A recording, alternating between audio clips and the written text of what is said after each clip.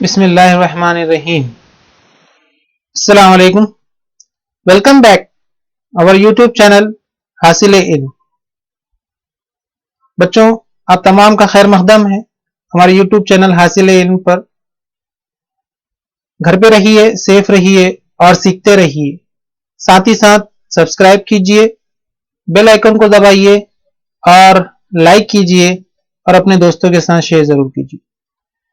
چلیے ماحولی حسن انتظام environmental management کا دوسرا حصہ پارٹ 2 ہم دیکھ رہے ہیں. اس حصے کے اندر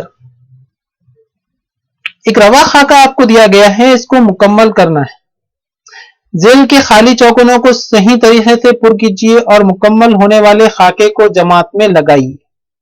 تو یہ جو خاکہ آپ کے سامنے دیا ہوا ہے آپ کو اس کو پر کرنا ہے. ویسے الحمدللہ ہم نے اس کا جو ہے مطالعہ 9th اور 8th کلاس کے اندر کیا ہوا تھا. آپ اچھی طریقے سے جانتے ہیں کہ ماحولی نظام کے 2 جز ہوتے ہیں، ایک غیر جاندار اور دوسرا جاندار.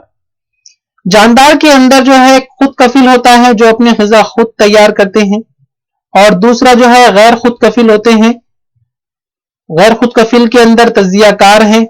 تجزیہ کار کے اندر پھپھوند یا کیڑے مکوڑے حشرات وغیرہ آئیں گے.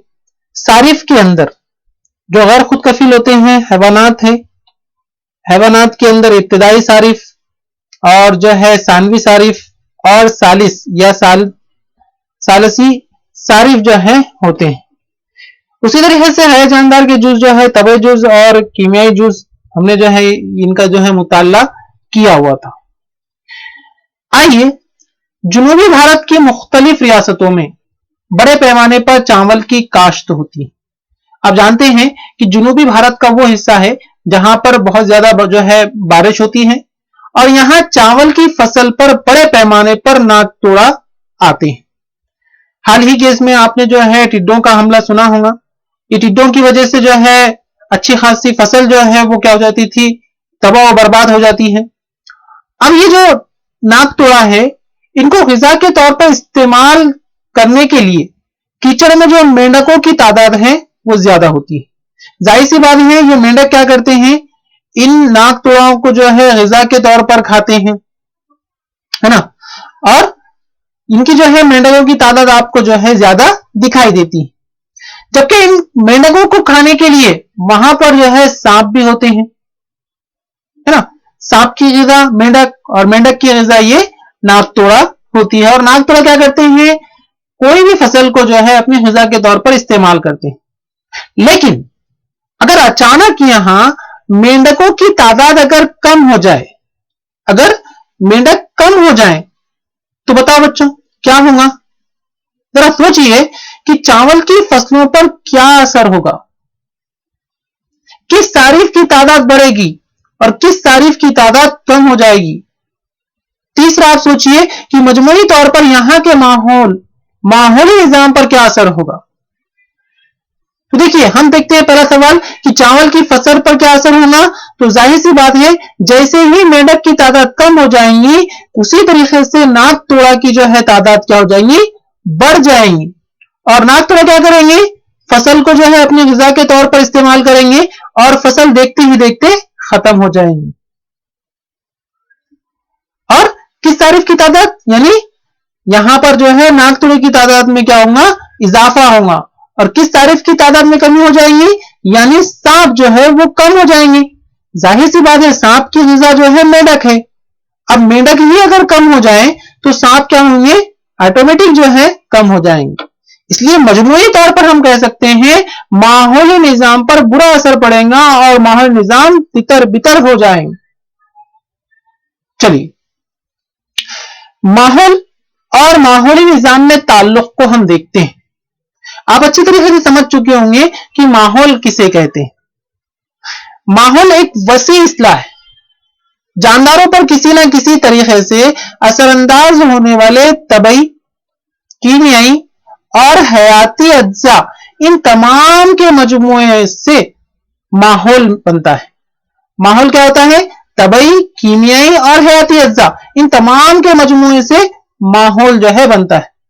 مختصر یہ کہ ماحول سے مراد اطراف کے حالات جاندار اور غیر جاندار قدرتی اور انسان کے بنائے ہوئے اجزاء کا شمار ہوتا ہے. جیسے شکل میں آپ دیکھ سکتے ہیں اس ماحول کو بنانے کے لیے جو ہے کون ذمہ دار ہے؟ قدرت. اللہ نے جو ہے ایک بیوٹیفل ورلڈ کو جو ہے ہمارے لیے بنایا ہے. الحمدللہ اللہ کا شکر ہے کہ ہم کو خوبصورت جو ہے دنیا سے نوازا ہے. اس قدرت کے ذریعے جو ہے ہم کو ایک ماحول میسر آتا ہے اور اس ماحول کی دو قسمیں ہم کو دکھتی ہیں. ایک قدرتی ماحول جو قدرتی کے ذریعے بنا ہوا ہے, اللہ کی طرف سے بنایا ہوا ہے, اور دوسرا انسان کا بنایا ہوا ماحول. اور دونوں کا ایک دوسرے سے تعلق ہے, دونوں ایک دوسرے پر ڈیپینڈ. ہم اچھی طریقے سے جانتے ہیں کہ ہم جو ہے نباتات پر منحصر ہیں اور جو ہے سورج ہے, چاند ہے, تارے ہیں, ہمارے اطراف جتنے بھی غیر جاندار یا قدرتی ماحول ہوتے ہیں ہم ان سے فائدہ اٹھاتے ہیں. تو یہ اس طریقے سے ماحول کا, قدرتی ماحول کا اور انسان کا بنایا ہوا ماحول کا دونوں کا آپسی جو ہے تعلق ہوتا ہے. سمجھ میں آیا بچوں؟ اب دیکھتے ہیں کہ قدرتی ماحول میں ہوا, فضا, فضائی کرہ, پانی, زمین, جاندار وغیرہ کا شمار ہوتا ہے. اس میں جاندار اور غیر جاندار میں ہمیشہ باہمی عمل ہوتے رہتے ہیں. ان کے آپس میں تعلقات بہت اہم ہوتے ہیں. انسان کے بنائے ہوئے ماحول کا بھی قدرتی ماحول پر بالواسطہ یا بلا واسطہ جو ہے اثر ہوتا ہے. ہم اچھی طریقے سے جانتے ہیں, ہم سفر کرنے کے لیے گاڑیوں کا استعمال کرتے ہیں, گاڑیوں سے جو ہے دھواں نکلتا ہے اور اس دھوئے کا اثر کس پہ ہوتا ہے؟ قدرتی ماحول کے اوپر ہوتا ہے. ہم جو ہے اوزون گیس کو جو ہے کم کر رہے ہیں, ہم جو ہے گلوبل وارمنگ کے لیے ذمہ دار ہیں. تو بہت ساری چیزیں جو ہے یہ انسان کے بنائے ہوئے ماحول کی وجہ سے بالواسطہ ڈائریکٹ یا انڈائریکٹ جو ہے قدرتی ماحول کیا ہوتا ہے, اثر ہوتا ہے. ماحول میں خاص طور پر دو بڑے اجزاء کا شمار ہوتا ہے, ایک حیاتی جز اور دوسرا غیر حیاتی جز. حیاتی جز کے اندر جو ہے تمام نباتات, حیوانات, چرند پرند جو ہے بیکٹیریا, خردبری جاندار, اڑنے والے تمام جو ہے جاندار کا شمار ہوتا ہے. تو حیاتی جز جو ہے ایک اہم رول ادا کرتا ہے.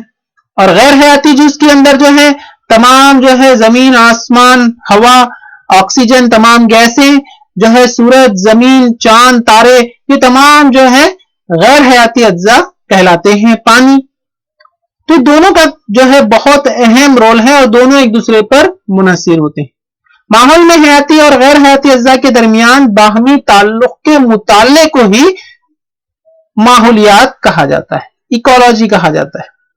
ماحولیات کا مطالعہ کرنے کے لیے جو بنیادی افعال کی اکائی استعمال کی جاتی ہے اسے ماحولی نظام, ایکو سسٹم کہتے ہیں.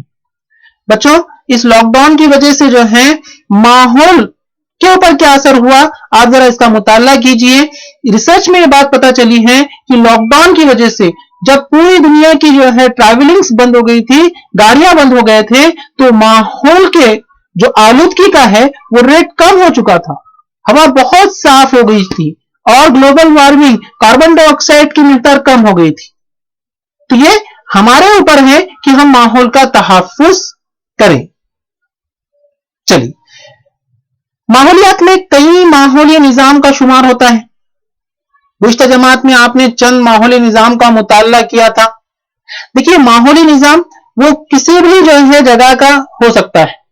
ضروری نہیں ہے کہ آپ جو ہے بڑے وسیع کو جو ہے یہ تصور کریں, بلکہ ماحولی نظام جیسے ایک جو ہے جنگلاتی علاقہ ہے وہ بھی ایک ماحولی نظام, ایک سمندری علاقہ ہے وہ بھی ایک ماحولی نظام, ایک جنگلاتی علاقہ ہے تو وہ بھی جو ہے ماحولی جو ہے نظام کہلاتا ہے. پانی کا ایک چھوٹا سا گڑھا ایک ماحولی نظام ہوتا ہے, یا پھر ہماری زمین سب سے بڑا ماحولی نظام. مختصر کسی مخصوص جغرافیائی علاقے میں رہنے والے جاندار اور غیر جاندار اور ان کے باہمی عمل اور ان تمام کے ایک جا ہونے سے ماحولی نظام بنتا ہے.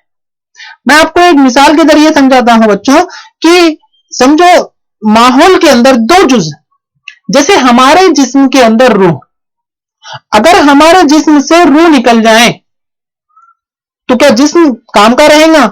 نہیں, مردہ ہو جائے گا, بیکار ہو جائے گا.